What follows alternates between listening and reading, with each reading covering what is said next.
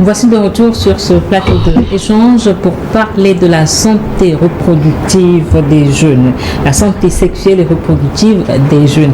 Alors, Madame Goudaré, vous nous parlez de la communication qui n'est pas tout à fait facile entre les parents et leur progéniture. Avant, on ne parlait pas de ça, et donc les parents également n'en parlent pas.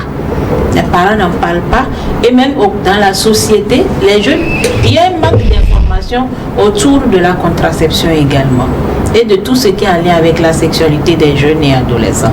Personne ne veut en parler de peur que ça soit le moyen d'inciter les jeunes à aller vers la pratique de leur santé sexuelle, leur sexualité. Aujourd'hui, nous avons également l'absence peut-être des centres, pas l'absence, si je dis absence, non, c'est pas vraiment disponible. Parce qu'il y en a, mais il y en a combien? Quand on prend Lomé, il n'y en a pas suffisant. Il n'y en a pas l'insuffisance justement des centres des jeunes pour permettre à ces jeunes-là d'aller dans ces centres, parce que là, quand ils y vont, ils trouvent les autres jeunes, ils se sentent en confiance, mais il y a une insuffisance des centres des jeunes. Il y a également que le coût de nos prestations parfois sont un peu élevés par rapport aux jeunes. Et ça fait que quand ils arrivent, ils n'ont pas les moyens pour pouvoir s'acheter les différents services de la SSR, y compris la contraception. Nous avons dit ici que la méthode la plus utilisée, c'est justement le préservatif, parce qu'il est facilement accessible, il coûte moins cher et puis son utilisation aussi est facile. Mais les autres, ça coûte un peu cher et le jeune n'a pas les moyens pour se faire acheter. Donc il y a le coût également de nos prestations, le coût des méthodes contraceptives mises justement à leur disponibilité, à leur disposition. Il y a encore des milieux actuellement dans cette ici encore aujourd'hui au Togo où quand une fille est en menstruation, on l'écarte de la maison. On le met carrément dans une autre salle ou bien chambre à part, et la personne reste là-bas jusqu'à ce qu'elle finisse ses menstruations avant de rejoindre les autres. Et donc ça, c'est quoi? C'est toujours la discrimination, les tabous que nous donnons. C'est la même chose pour les méthodes contraceptives. On n'en parle pas, on ne veut pas en parler. Madame Bamazi, en tant que sage-femme, comment est-ce que vous pensez que les jeunes peuvent être plus impliqués dans la promotion de l'accès à la contraception?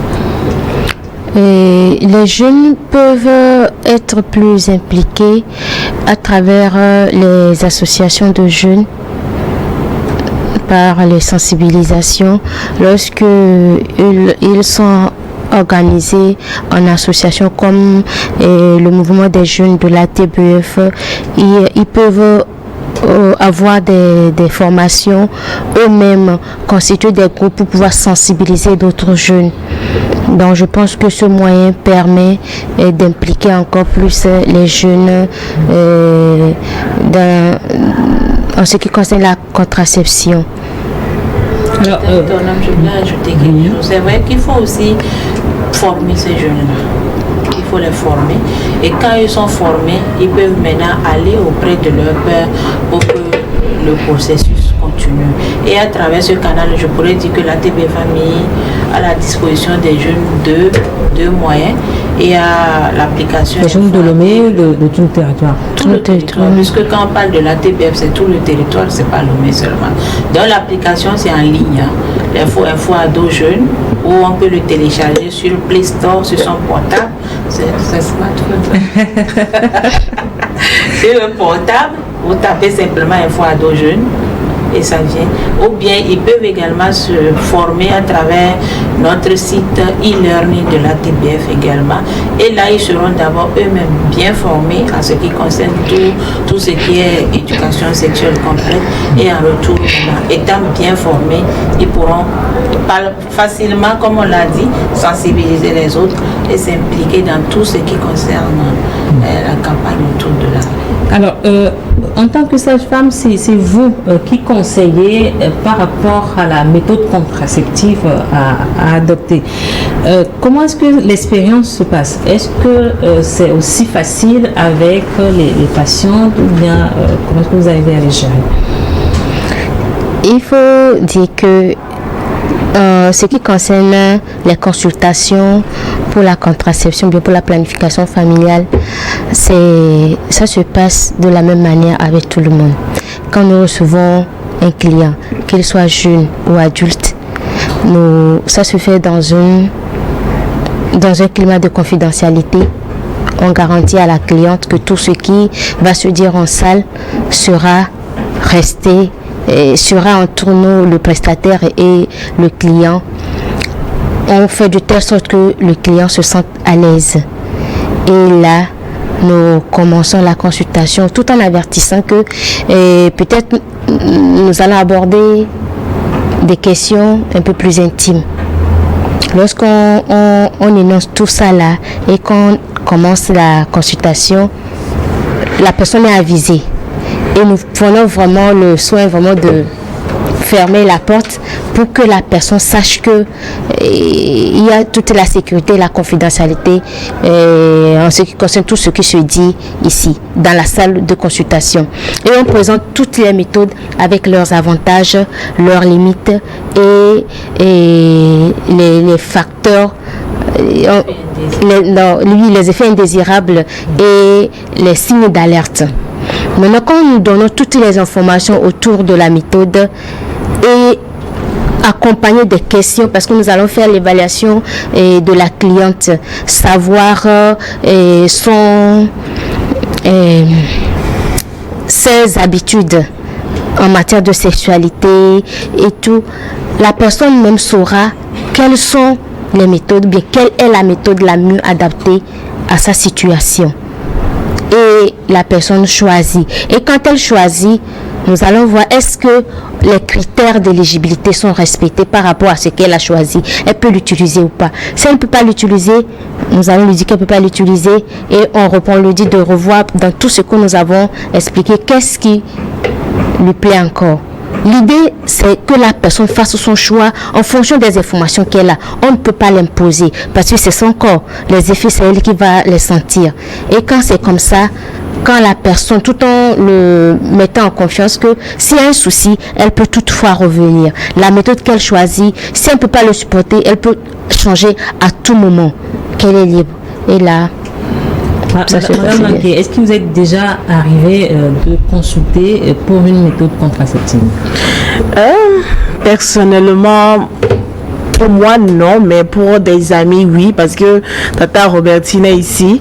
C'est en réalité, c'était pour confirmer s'il y a cette confiance entre la patient et la sage-femme. Je me dis ça parce que quand je prends l'exemple de Tata Oro, tu cours, tu l'écris. Ah, ok, j'ai une question. Il y a tel ami qui veut ça. Qu'est-ce que je peux faire? Qu'est-ce que tu peux le conseiller? Elle dit, mais envoie la personne vers moi. Envoie-lui mon numéro pour qu'elle puisse m'écrire. Donc, quand la personne va maintenant, le retour est positif. La personne vient te dire oui, je suis allée, j'ai vu Tata Robertine, effectivement. Mais ce qu'elles ont dit, moi, je n'en sais plus rien du tout. Donc, je me dis que cette confidentialité là est respectée. Du moment où je ne demande pas à Tata Robertine après comment ça s'est passé. Elle a quoi? Ça ne me regarde pas. Voilà. Moi, je n'ai fait que conduire une amie dans le besoin pour avoir les informations adéquates et vraies par rapport à quelque chose. Et moi, le reste... Par le fait de conduire vos amis, comment est-ce que vous pensez qu'il faut mobiliser, habiliter les jeunes en tant qu'agent de changement par rapport à cette politique de contraception, de santé reproductive? Je pense que déjà, on doit amener chaque jeune à comprendre les objectifs de vie qu'ils ont. Et c'est en se focalisant sur cet objectif de vie qu'ils ont, qu'ils pourront faire le choix adéquat. Parce qu'aujourd'hui, on peut aller et puis dire la méthode adéquate, c'est l'abstinence. En tant que jeune, tu peux conseiller à quelqu'un d'autre l'abstinence. Mais si la personne, par rapport à son objectif de vie, ne voit pas l'abstinence comme un avantage, elle ne t'écoutera pas. Mais je pense que dans cette vie, dans le général, nous sommes guidés par nos rêves, nos visions, nos objectifs de vie. Et je pense que en se cantonnant sur ce que c'est que ce qu'est le rêve de ce jeune-là, de la jeunesse, où est-ce que tu veux arriver demain?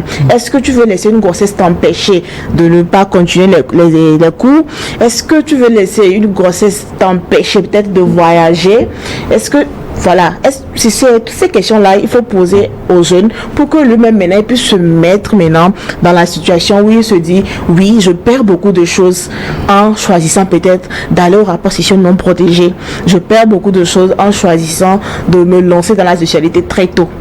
Voilà, donc je pense que c'est à travers cela que nous arrivons quand même à rappeler les jeunes. Et comme madame le disait tantôt, avec le centre d'excellence jeunes où nous arrivons à réunir les jeunes à travers différentes activités, formations, ça permet aux jeunes de vraiment oublier ce qui est sexualité parce que il a ce contact là avec d'autres jeunes. Donc tout ce qui est sexualité, ça passe parce que souvent il y a un conflit de génération. Il n'y a pas un conflit de génération. Et c'est tellement facile de pouvoir s'entendre entre jeunes, de pouvoir écouter son frère jeune, son père jeune parler, de donner son témoignage et d'en tirer le son. Et ainsi, avec toutes ces activités-là qui sont là au centre d'excellence jeune, on arrive à oublier tant soit peu à s'occuper. Et maintenant, lorsqu'on rentre, on sera occupé peut-être à apprendre. Il fait déjà nuit dormir. Donc, il y aura encore le temps d'aller et puis dire que je vais me focaliser sur un rapport sexuel pour me prendre une grossesse non désirée ou précoce.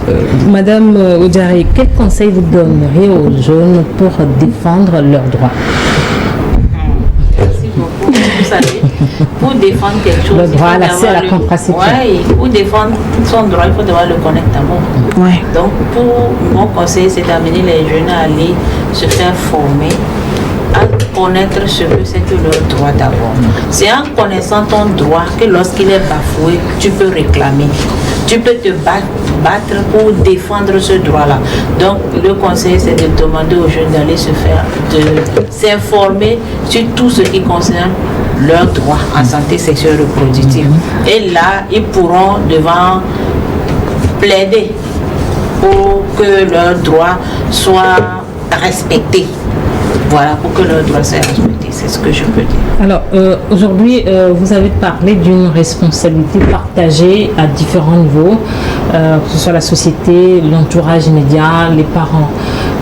Qu'est-ce que vous conseillerez aux parents, aux leaders, qu'ils soient religieux, politiques, de faire, quand il s'agira de ces droits des jeunes, à avoir accès à la contraception? D'accord. Si j'ai un mot à placer, par exemple, à l'endroit des parents, c'est d'ouvrir la discussion en ce qui concerne la santé sexuelle de nos adolescents. Parce que c'est là que commence le choix d'aller à la contraception, que ce soit naturelle ou artificielle, d'écouter les jeunes et de se faire amis de nos enfants. Ce n'est que comme ça qu'on pourra découvrir leurs besoins et leur venir en aide. Maintenant, si je veux dire quelque chose à l'endroit des sages-femmes, comme je suis sage-femme, ou des prestataires de santé, c'est d'offrir un climat d'accueil convivial aux jeunes, de mettre les jeunes en confiance, de donner des informations précises, claires, sans jugement de valeur, comme nous le faisons d'habitude. Nous dit, mais toi tu es encore jeune, tu as besoin de la contraception pour faire quoi? D'éviter ce genre de langage et de mettre les jeunes à l'aise. Parce que le jeune a besoin de se sentir en confiance et non jugé. Maintenant, pour les leaders religieux, c'est de s'impliquer parce qu'ils jouent un rôle très important dans la communauté. Si un leader religieux s'implique dans la sensibilisation, je pense que il y a les obstacles, souvent c'est les papas, les hommes. Si un leader religieux s'implique, mais qui est ce papa qui ne va pas suivre ce que le leader religieux a dit? Si moi-même je suis leader religieux, que je donne un exemple, cela voudrait dire que ça va amener la population à suivre l'exemple. Donc c'est ce que nous pouvons demander.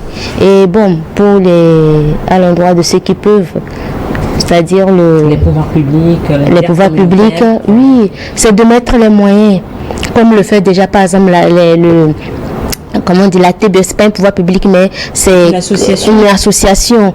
Et c'est de mettre à disposition des jeunes des moyens pour adopter les méthodes s'ils le désirent, pour avoir des informations sûres et efficaces en ce qui concerne leur santé sexuelle et reproductive.